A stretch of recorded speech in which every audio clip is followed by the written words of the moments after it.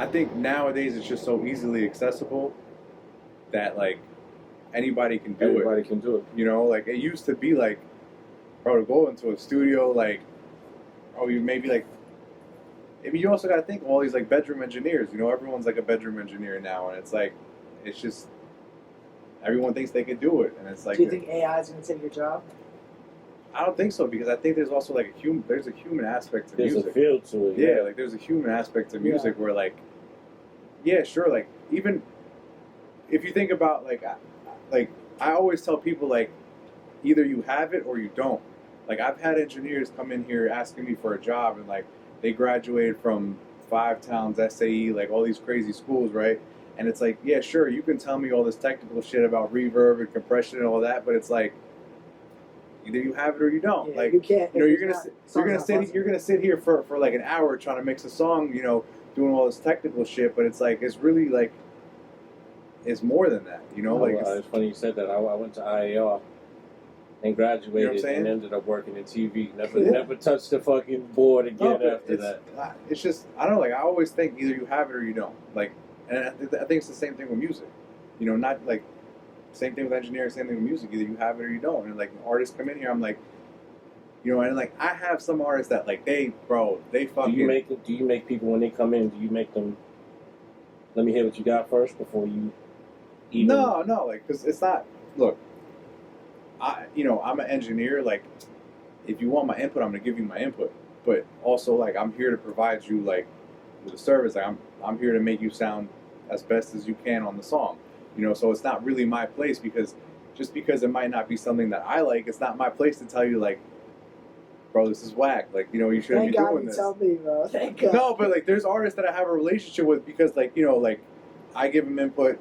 I have other artists that you know they give me input and mixing and whatnot, and it's like, you know, it's a relationship, you know. So it's like, there's some artists that I don't do that with because like it's not my place.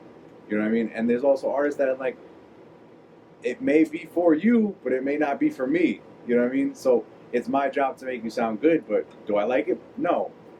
But you know, like there's artists that welcome that, you know, that input and that, you know what I'm saying? So it all depends on the artist.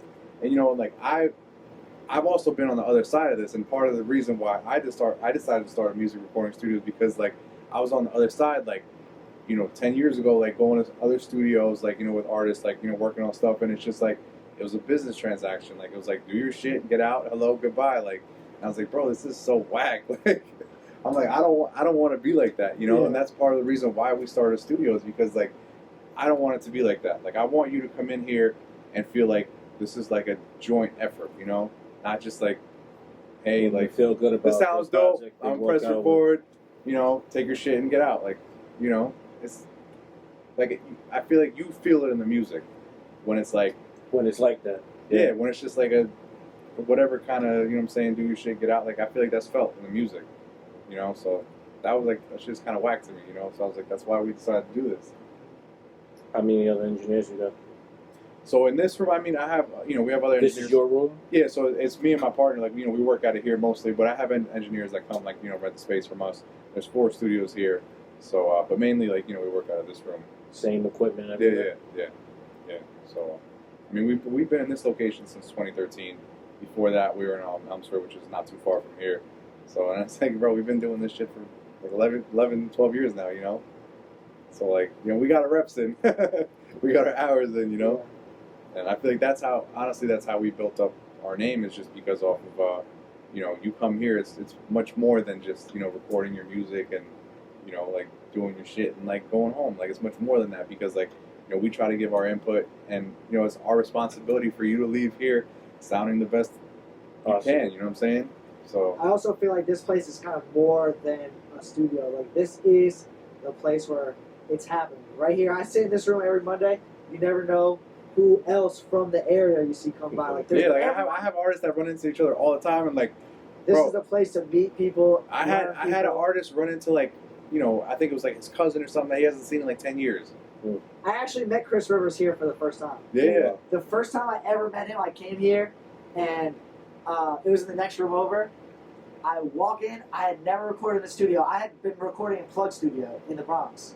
So that's why I've been recording before this. And I stopped recording there because A Boogie just blew up, and he blew up out of that studio. And I started to get that vibe where they didn't really give a fuck about recording music anymore. So I was like, let me come here. So I come here, first time. I show up, I'm at that door, it's locked. I'm trying to text. Boom, this big guy comes, and he gets to the door, locked. Standing next to me. Huge guy, it's just me, I'm solo. I'm like, Chris Rivers standing next to me. I'm like, oh shit. I was like, yo, I'm a huge fan, boom. He's like, yeah. Door gets opened up, we come down the stairs, he's like, oh, I'm in room A. I'm like, I'm in room A. that's weird, because I'm in room A. We get in there, and the engineer's like looking at both of us. He's like, I fucked up. well, we're going to have to take Chris Rivers to the session. They kicked me out, boom, they sent me to go, I had to go get food, come back 2 hours later. So, like, you never know who you bump into here, you know? That was my first session ever here. So, like, years later now, I have a song with him. It's kind of fun, man. Yeah, it's crazy, man. And that's like, I feel like that's the beautiful thing of music, is so many people. What is he doing? Is he dropping some music, or what is he? I mean, I don't know. I don't know. He's a student. I think he's trying to figure out the content side too. That's why I felt like it was such an opportunity, because I felt like he's trying to do new things. Because I feel like some of these guys that come from the era of before social media, you get a name from that, and that sticks, right? Like no matter what, those guys that are from before social media will be popping forever. They made that name before you had to keep up with being the name. Yeah. Nowadays, when you get popping, you might be popping from Instagram, but in a year from now, if you don't do anything, you're back to nothing. But I also feel like he has like really, really big shoes to fill. You know what that's what I'm saying. These guys that come from before. All he got to do is just go. Yeah. Yeah, but I feel like it's different now. These guys that come from before social media, they have to adapt because they permanently are in the game. They're always in the game. They're a name in it. But they're just rap, you know, because it's so much more to that nowadays than just. Well, yeah, but I mean, I'm saying just branding wise, marketing wise, it's so much more than just, you know, rap. Like, you know, and I feel like that's something that maybe they're like struggling with, you know. Yeah. Like, and you know, in general, I feel like he just has big shoes to fill, and like, even just rappers, kids in general, just, you know, somebody that was big like back then trying to rap now, you know, like their kids, like. I think it's always going to be hard for them because they're always going to be judged by, like, you know, like what their father did. what their father did. You know what I'm saying? So I think it's hard, man. I think with the right producers behind him, that he could. I know nobody wants a project, but I think he could drop a solid project. Oh, absolutely. Yeah. But I feel like also he's in the position where he could drop a project and people would pay attention to it. Because of like I said, he is he's got his name. It's like you can't take that away from him. Everybody knows who that is, you know what I'm saying? Like, it doesn't matter if he doesn't make a song for 5 years. It's like, but he's always going to be compared. Oh, you know what I'm saying? Yeah. I feel like but I think so far he's holding his own. He's, you know. Yeah, but think of it. Think if he steps out of just like bars, you know what I'm saying, trying to do something more than that. Like, he's going to get crucified for that. Like, you know what are you doing? Yeah. You know what I'm saying? Yeah. Even I feel like he's just put in a box now. Like, you always have to be like the boom bap hip hop type. You know what I'm saying? So I can't see him stepping out of that. You know what I'm saying? Yeah.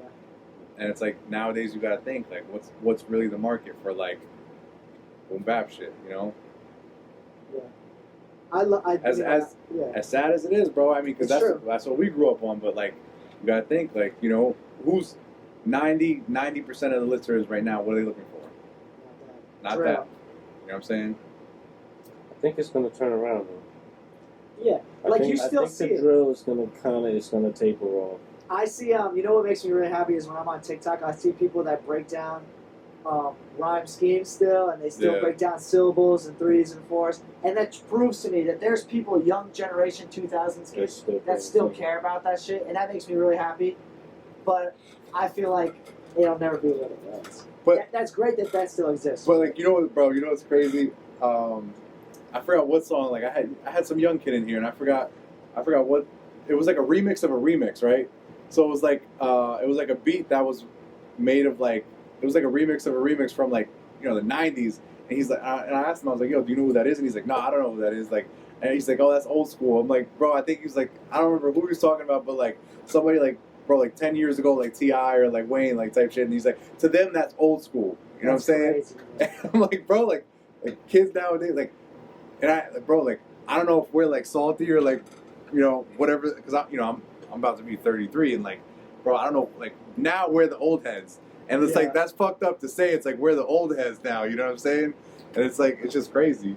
It's kind of weird. It's so weird. Like we're. I stay down with them kids, you know. Like, But I it's stay like, with them. yeah, now it's like we gotta keep up with like what these kids are doing, you know. It's Yeah. like we're considered the old heads now, and it's like, bro, like Ti, 50 Cent, and like Jay-Z's considered old school now. That's what's considered old school Wayne's now. considered old school. Yeah, that's what's considered old school. Just like I messaged 50 Cent the other day, like, yo, I got some ideas for some shit, yo. Yeah. Actually, I had messaged Yayo first, like, yo, he was talking about he's doing a I project. bet you if I sent Tony a song, He said he's doing a project. I was like, yo, let me shoot a. email tomorrow. He didn't answer me. Oh shit. He said, let me shoot a. I said, let me shoot a short documentary. You could add it to your project, so it was a deluxe edition. Yeah, you never know, man. Just reach out. Fucking a couple years back in the SoundCloud days, I made this song. I did a remix. You know, Natasha Bedingfield. She's like that the white pop star girl. She said, "I got a pocket full of sunshine." Yeah. I don't know what it was. Maybe I was just fucked up. We were like in the Bronx just recording. I made a remix to that song called Natasha. Named it Natasha. Shut him down. No, you good. And in it, I just sent it to her. All of a sudden, she was following me, and it's like you never know. So you never know how shit goes. I don't know. To me, it's just, bro, it's crazy. Like we're old heads now. We Like, are. Well, you especially. bro, music. I got you guys by 10 years, man. Oh yeah. Yeah. We're fucking. We're the unks now, huh? But imagine another 10 years. Yo, I'm excited. I can't wait. I hope hip hop evolves, man. I hope it keeps going, keeps busting, keeps going. I'm sure it will. I hope for the better. I do too, man. And it's probably the old head in me speaking. It's just like I really don't know where music's gonna be in 10 years. You know? I hope it. You know what? One thing I hope it changes. I hope it moves away from all the crazy violence and shit. That's one thing that I really hope. Right now, I think it's the most ever, like, real, brutal violence. Well, shit. And that shit is. but- I hope that evolves away from that.